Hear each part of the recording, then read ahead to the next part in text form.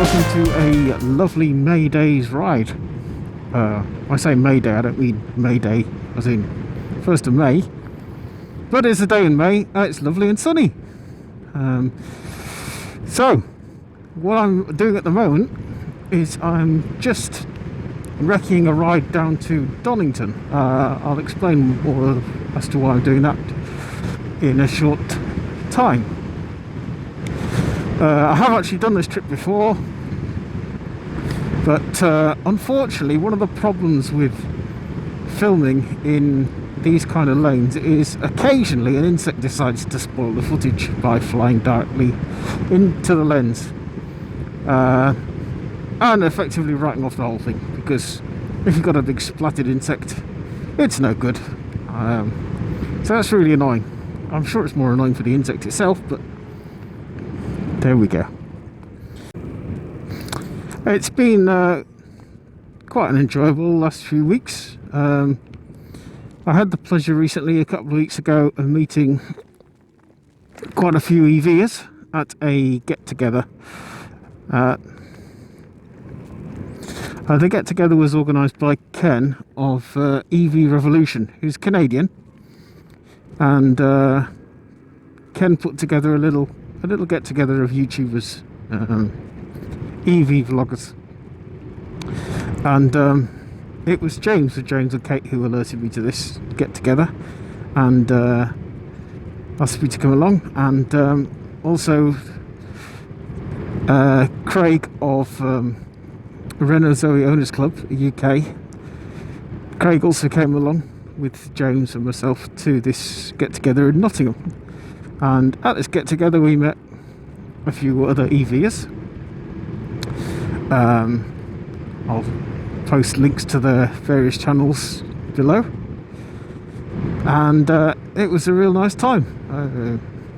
James, Lemon Tea Leaf, and Nick and Aaron, and who have I missed? The guys I've already mentioned, of course. A couple whose name I've forgotten. Oh, that's embarrassing. BMW i3 owners. Gosh, that's embarrassing, forgetting names. Anyway, it was a really pleasant get-together, and came on the back of a similar get-together, albeit a smaller one, with again James and Craig of Renault Zoe Owners Club, and we met up with the Plug Seeker, no less. Plug Seeker, etc. I turned a bit Sid James there. Yeah. Anyway, we had a get-together ourselves a few weeks ago in Hinckley, over a nice curry. That was a very pleasant experience as well. So yeah, it's been a few weeks of getting to know other EV vloggers, EV people, advocates, and it's been very pleasant. You know, people talk about the joys of riding in summer, and indeed most motorcyclists, or at least many motorcyclists, don't even ride the bikes throughout the winter. You know, they'll get them out for summer and do a few miles just for fun at the weekend, you know. Yeah, the soft bikers. But this riding in summer poses its own issues. One of which is the amount of foliage around, and that actually does restrict your vision somewhat. When it's winter, you're riding in winter, you've got a much nicer open view of things around you. So you can see around bends more easily, you see across hedgerows, because much of the vegetation is kind of, you know, in a low state of growth. So winter riding in that respect is quite pleasant.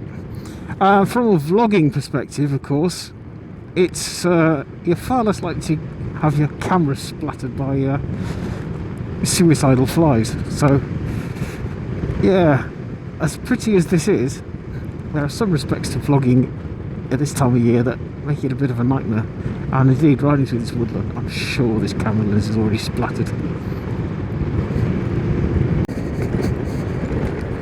During the course of these couple of meetups with fellow EV vloggers and owners, we discussed all sorts of things. Of course, we've all got different vehicles, and it's quite interesting to hear other people's perspectives. You know, we got Tesla owners, Leaf owners, new Leaf owners indeed, 2018 Leaf owners, 40 kilowatt hour, you know. So good to get their views of ownership of what is very much a new vehicle in the EV fleet. And of course we had Craig and Nick, Renault Zoe owners, i3 owners, like I say, and Ken himself is imminently picking up a new Leaf in Canada.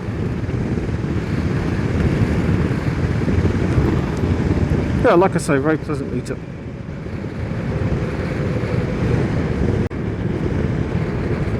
Well, one of the things that came up in discussion was the decision of Instavolt to install rapid chargers which don't include an AC outlet, which it makes things a little tough for, well, makes charging impossible for Renault Zoe owners.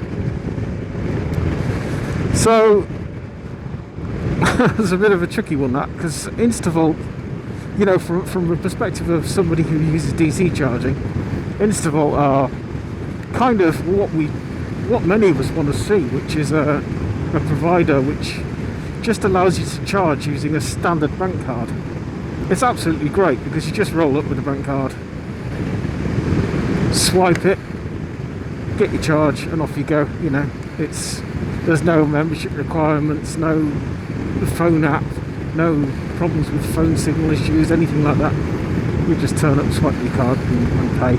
Yes, granted, it's 35 pence a kilowatt hour, but from my point of view, yeah, most of the charging anyone will do, unless they haven't got off-road charging, most of the charging people who've got off-road charging will do is at home overnight. So begrudging paying 35 pence a kilowatt hour for the occasional charge, I find it a bit odd. I mean, I'd rather have more chargers. I'd rather it were a profitable business for people to install charge points and for them to be well maintained, because it's in the interest of the company installing them to have well maintained and you know, revenue earning devices. I'd rather have that than pay less for less than reliable charging infrastructure. That's just me. Anyway, the purpose of this journey is, as I say, I'm heading down from home in Warwickshire I'm heading down to Northamptonshire, to a rather famous place in the world of motor racing, and that is namely Silverstone, which is near Milton Keynes. And the reason for this is the impending event, the debut, the very first fully charged live event, which is taking place on the 9th and 10th of June at Silverstone, indeed. So the original purpose of this trip down from home was to check that I had the range to do this trip on the Zero DSR, which is what I'm intending on doing. I'm intending on going down on the DSR and returning home. Now I've plotted a route which is the shortest route from home to Silverstone, which is 42 miles each way. So that's not a problem. In fact, I already know it's not a problem because I've done the route before. I've already test ridden the route, and yeah, I know I can make it no problem. So I'm doing it again today because I've got the day off. It's a nice sunny day, and the last time I tried to do a vlog on this route talking about this, as I say, a suicidal insect spoiled the whole thing. So let's hope the same doesn't happen this time. This fully charged live event has been put together by well, essentially Llewellyn's crew. Robert put together Fully Charged, the YouTube channel, originally quite a few years ago now. I think what, 2010 he started it, and it's been a great source of information for many of us in the EV community, and it's gone from strength to strength, and many of us now are supporting the channel through Patreon because we think it's a worthwhile channel. It's providing good content, good news, of a variety of natures concerning renewable energy, not just electric vehicles, but advances in technology, and it is coming on leaps and bounds. So it's a very good information source. And this fully charged live event looks set to have a lot of visitors from all over the country, from all over the UK. Some of the guys coming down from Scotland, and hopefully there'll be some from Wales. Poor Wales and its infrastructure. Oh dear me. Oh dear me. Zero themselves are going to be there. They initially weren't going to be, but I was in contact with Zero in the UK. I had some exchanges with the guy ahead of Zero UK in terms of marketing. I had some exchanges with him in email about the trip I did last year from London to John O'Groats, and he was really helpful and congratulatory, and sounded like a nice bloke. And I asked him if they were going to fully charge live, and initially they weren't going to go, but he subsequently emailed me to say actually they've had a change of heart, or I'm not sure what's changed, but in any case they decided to go after all.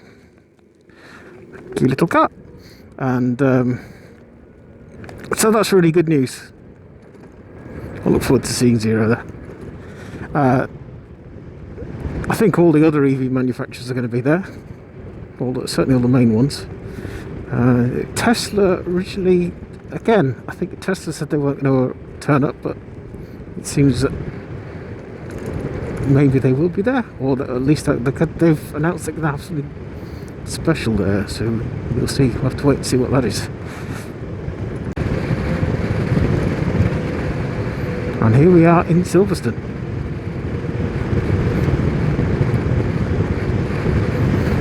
Look at that.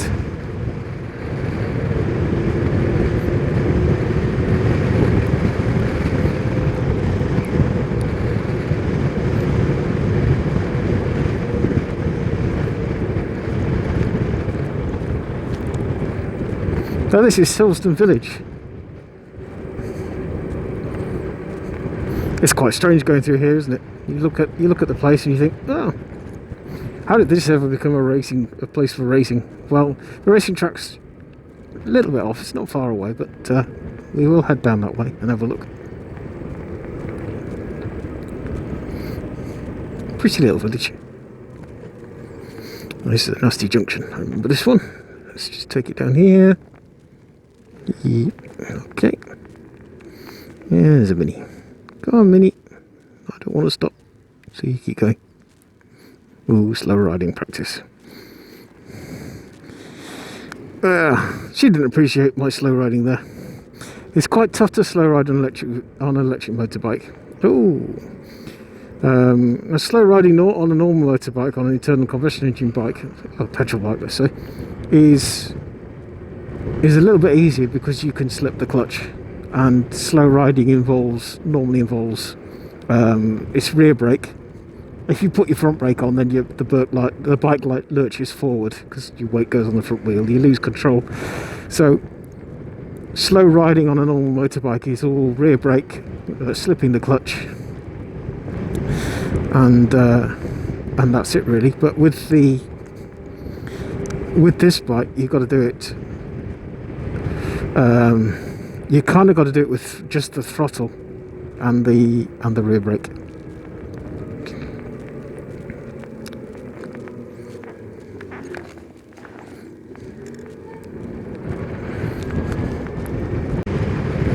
Okay, here we are on the approach to Silverstone now. And I've just had an alert on my GPS unit that there's a charge point around here. No good for me, of course, on the bike, but for a car. Ooh, looks like a rapid charge point. In fact, there's 3 charge points looking at that.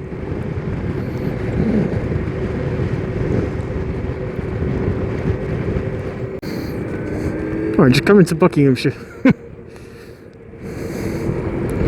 Now, of course, Silverstone is actually officially in Buckinghamshire then. Oh, does it straddle the boundary? Who knows? Somebody tell me. I'm guessing it straddles the boundary, actually, between Northamptonshire and Buckinghamshire.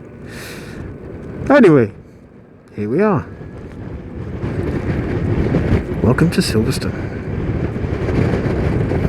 Right, now, I happen to know, thanks to my younger brother, that there's somewhere down here that car fans may appreciate.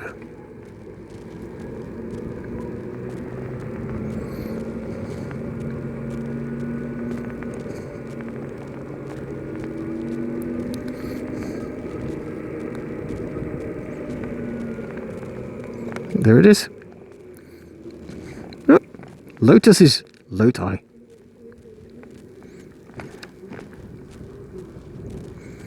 And there's some things over there, but we're not interested in those. Actually, lots of different cars, lots of different flashy cars. Look at that. Look at all the Loti. Right, I'm just going to check the camera again.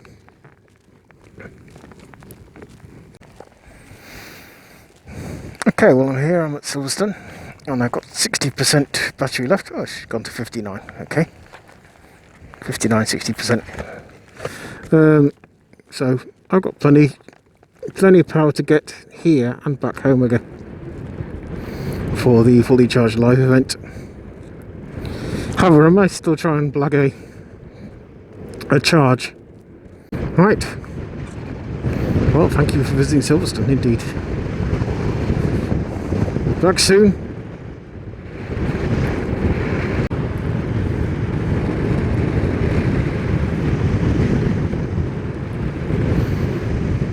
Yeah, pretty little village, Silverstone, by the look of things. And then you've got a big racetrack on the side of it.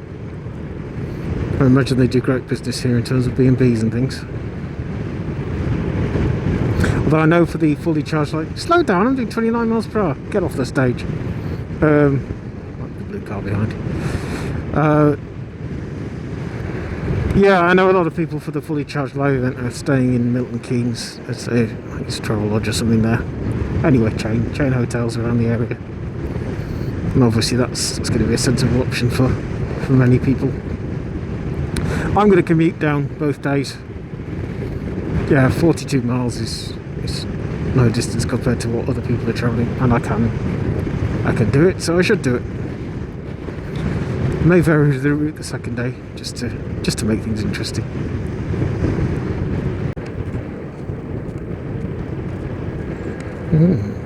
Lovely bluebells. Nice this time of year. Here comes a truck the other way, a green Tufnell's truck, I believe. Oh yes, let it be. See, look above the hedges. Gives you early information. Taking all that early information. Oh, sympathy for the learner. Just give him a wide berth. Or her. Don't be ashamed, it's fine.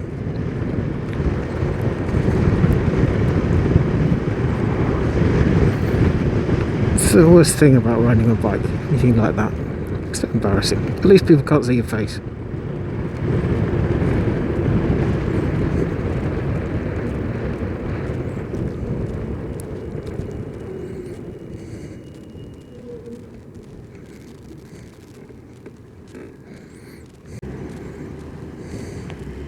Okay.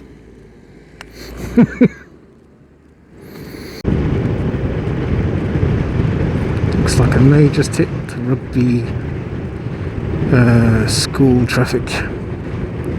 We'll see. Bit of judicious filtering may be in order. Looking out for people stepping out from these cars as well.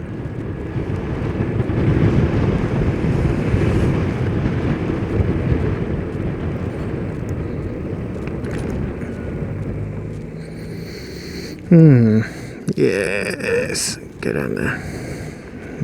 Probably not between you and you.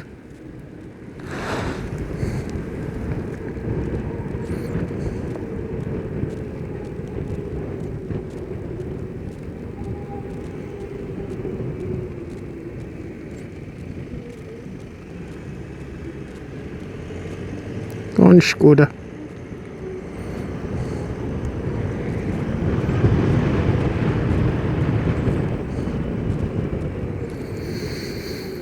So yeah, a bit of slow riding. So it's all rear brake and throttle on this bike.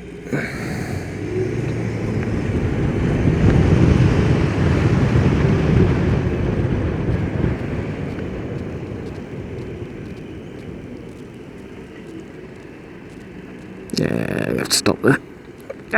Only just. It's Rugby Cement Works there on the right. What I'd like to know is, where was the cement made to build the cement works? Right? It's one of those, isn't it? How does the snowplow driver get to work?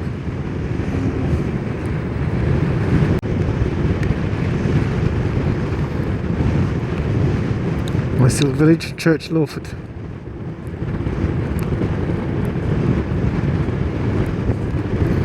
I had a little dilemma with this camera. I'm trying to decide whether it's best to keep the... Well, there's a couple of options. Well, there's a few options actually in terms of image stabilization on the camera. One of them is you can keep the horizon level, and the other is you could just reduce vibration. So those are the two I'm probably likely to use, and I can't really decide which is best. I suspect that keeping the horizon level is probably better from a viewer's perspective, because that way, if you're looking left, it remains level. The advantage of doing it the other way is you actually lean with the bike, which is quite interesting to watch, but I'm not sure. I'm going to take a look at this little church tower up here. I noticed this earlier, and I've not visited it, but approaching it from down the hill, it looked almost like somewhere in Italy. Or yeah. Fascinating place. I'll find out about that. Yeah, I'm not a religious person, but I am the son of a vicar. My dad was a vicar, my late father, and I grew up in a church background, and you know, although I'm an avowed atheist now, let's not beat around the bush, actually, I'm not sure that is a church tower. I don't know what that is. I'm intrigued as to what that is. I shall ask Uncle Google when I get home. Yeah, interesting.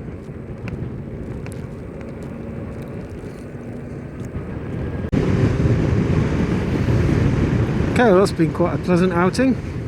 I opened up the bike. I didn't come back the planned route. I just varied it a little bit at the end, just to have a little spin out on the bike. It's such a lovely day. Seems a shame to waste it since I've got the day off work. So yeah, I've timed the battery consumption pretty well. I've got 7% left, and 4 miles to go. So I've got home a few times, probably about 4 or 5 times with 0%. It's seeming when you're down that to that low level of battery, the gasometer sort of kicks in as a more reliable measurement of distance, actually, because the percentage seems to drop suddenly for the last few percent. As I understand it, the issue is trying to gauge the voltage correctly on the battery. But in any case, I have, again today, I've never run out of power on the road. I've always managed to just gauge it so I get back fine, even when I'm pushing it. On this occasion, I've managed to take the bike out for a nice spin and open up the speed a bit. I haven't ridden conservatively. I've enjoyed the ride. So, but the last few minutes have just gauged quite nicely, and yeah, I'm going to end up arriving home with a little bit to spare. So that's all good. Anyway, thank you very much for watching. and if you'd like to, please subscribe to the channel. Please like the video, please share the video.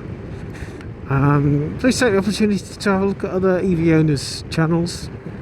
As I say, I've listed some below. There's various interesting content there, and hopefully there's going to be a few people who are somewhat cynical about EVs. If you are, just take the opportunity to have a look at those channels, and maybe you'll change your mind.